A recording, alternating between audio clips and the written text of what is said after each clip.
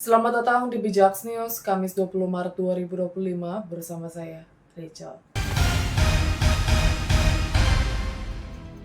Informasi pertama, Rabu 19 Maret pukul 6.00 waktu Indonesia Barat, pemerintahan Trump merilis 80.000 halaman catatan rahasia yang mengungkap rincian baru tentang keterlibatan CIA terkait kasus pembunuhan John Fitzgerald Kennedy atau JFK. Dokumen-dokumen yang baru dirilis ini mengungkapkan bahwa sebuah unit khusus CIA telah memantau Lee Harvey Oswald atau orang yang didakwa sebagai pelaku pembunuh Presiden Amerika Serikat ke-35 sejak November 1959 hingga November 1963 yang secara langsung bertentangan dengan narasi resmi Komisi Warren atau Komisi Kepresidenan Bidang Pembunuhan JFK yang menyatakan bahwa CIA tidak memiliki pengetahuan tentangnya. Komunikasi internal CIA dalam berkas-berkas tersebut membahas interaksi Oswald dengan Kedutaan Besar Soviet dan Kuba di Mexico City hanya beberapa minggu sebelum pembunuhan, yang semakin membuktikan bahwa CIA secara aktif melacak pergerakannya. Salah satu pengungkapan yang paling mengejutkan dalam berkas-berkas tersebut adalah pernyataan yang belum diedit dari aset intelijen CIA, Gary Underhill, yang menuduh bahwa kelompok kecil di dalam CIA bertanggung jawab atas pembunuhan tersebut. Underhill menggambarkan kelompok ini sebagai elemen korup yang sama kejamnya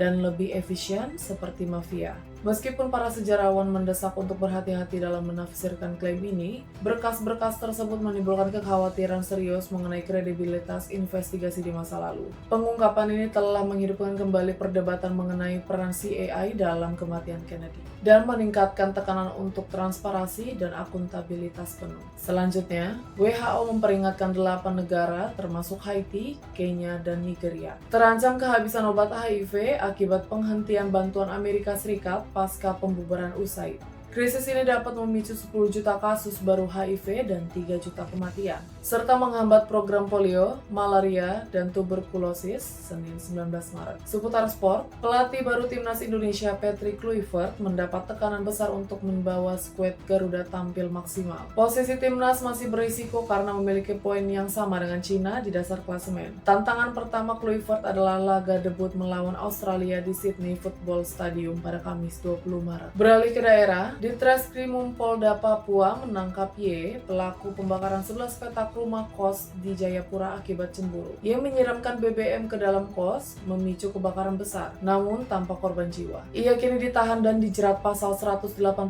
ayat 2 KUHP dengan ancaman 15 tahun penjara. Berita ekonomi, investor Malaysia Citadel Group akan memulai proyek di IKN pada akhir 2025 dengan investasi 3,97 triliun rupiah. Mereka akan membangun kompleks hunian dan kawasan mixed use di lahan 2,17 hektar di KIPP 1A. Dengan Citadel, total investor swasta di IKN kini mencapai 42 perusahaan. Bijaks News mengucapkan, selamat menunaikan ibadah Ramadan 1446 Hijriah. Sampai bertemu di informasi Bijaks berikutnya.